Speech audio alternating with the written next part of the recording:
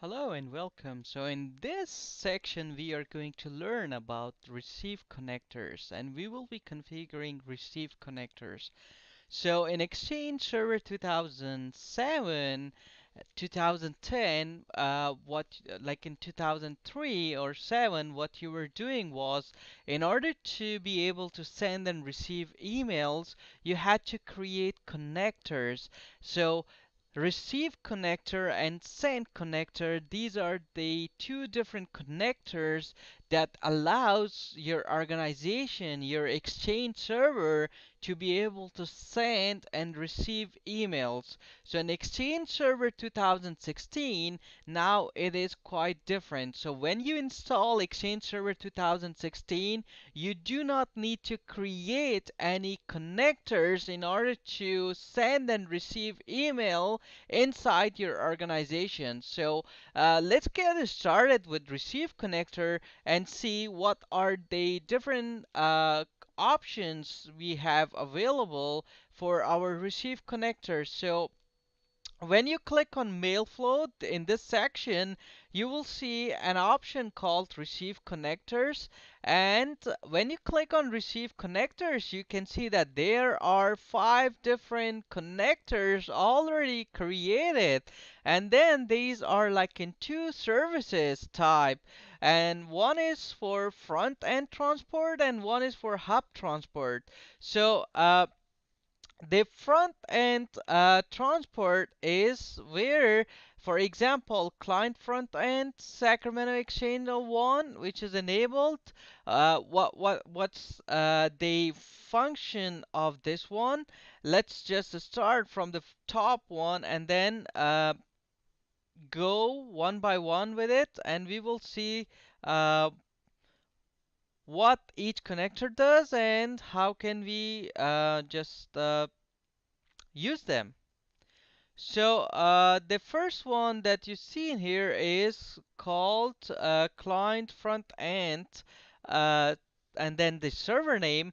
This one uses the port number 587, and this requires actually it is required for client authentication. So the client front end server name receive connector is required for client authentication if you want to authenticate your client, because whenever your clients wants to receive an email they needs to be authenticated.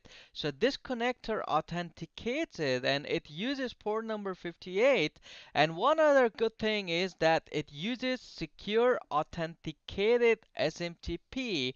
So it uses Simple Mail Transfer Protocol SMTP, and the good thing is it is secure and authenticated SMTP, Simple Mail Transfer Protocol. So the first receive connector is used for client authentication. All right, so the next one is client proxy and then server name, and this is the service type for transport. It is used to accept like client connection proxied by front end services. So um, it accepts client connections. It accepts clients connections. This one accepts client connection that is proxied by the front end services, and it uses port number 465. It uses port number 465.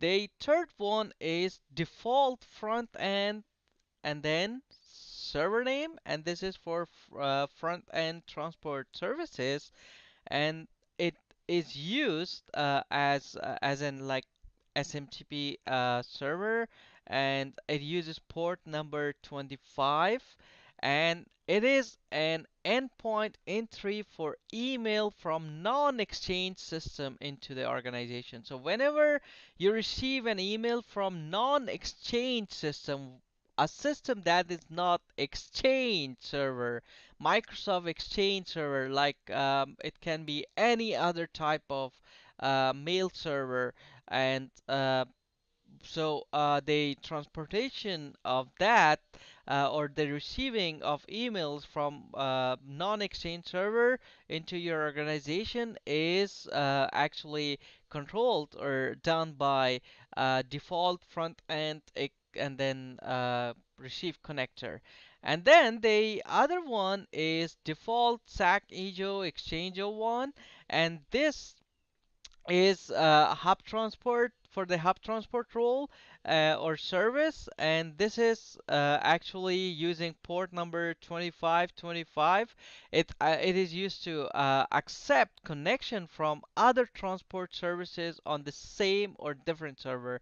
So whenever an email comes from one of your other transport services or like from any other exchange that you have in your other environments, other sites. So they also have an Exchange server running, and they have a hub transport running, which is doing the transportation of emails. So whenever one hub transport sends an email to another hub transport, that receiving of those kind of emails is done through this default receive connector. And then there is other one called outbound proxy front end receive connector, and it uses port number 717, and it is used if a send connector is configured to proxy outbound email via front end transport. So it is used if a send connector is configured to proxy outbound email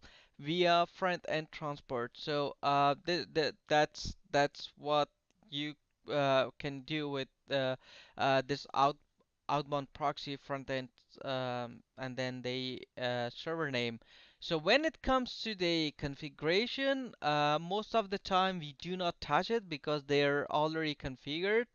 But when you click on their properties, you can see that you can just configure different things like maximum receive message size. For example, if someone sends an email from outside or from any other organization, so this is like client proxy. This is specifically for client proxy. Let's work on, for example, this one default front end which is when uh, someone is sending an email from non-exchange server. So what you want to do in here is you want to say, for example, if someone sends an email from non-exchange server, the maximum receive size should be 10 MB. When it if it's more than 10, it should just simply deny it. When you go to security, you can configure like different security parameters. Like for the authentication, it should use TLS, Transport Layer Security, which is a great way of encrypting it's a security layer actually for authentication. So what you can do is you can just enable TLS, and you can also configure basic authentication, integrated Windows authentication, Exchange Server authentication. It all depends on like how you are trying to configure your authentication settings. And then for the permission group, you can see like who is allowed to connect to this receive connector: exchange servers, legacy exchange servers, anonymous users. So if you uncheck anonymous users, what is going to happen is that non-exchange servers will not be able to just send email. So most of the time, if you uncheck this, they will not be able to send email. So these are different settings that you can do in your receive connectors, which is quite simple and easy.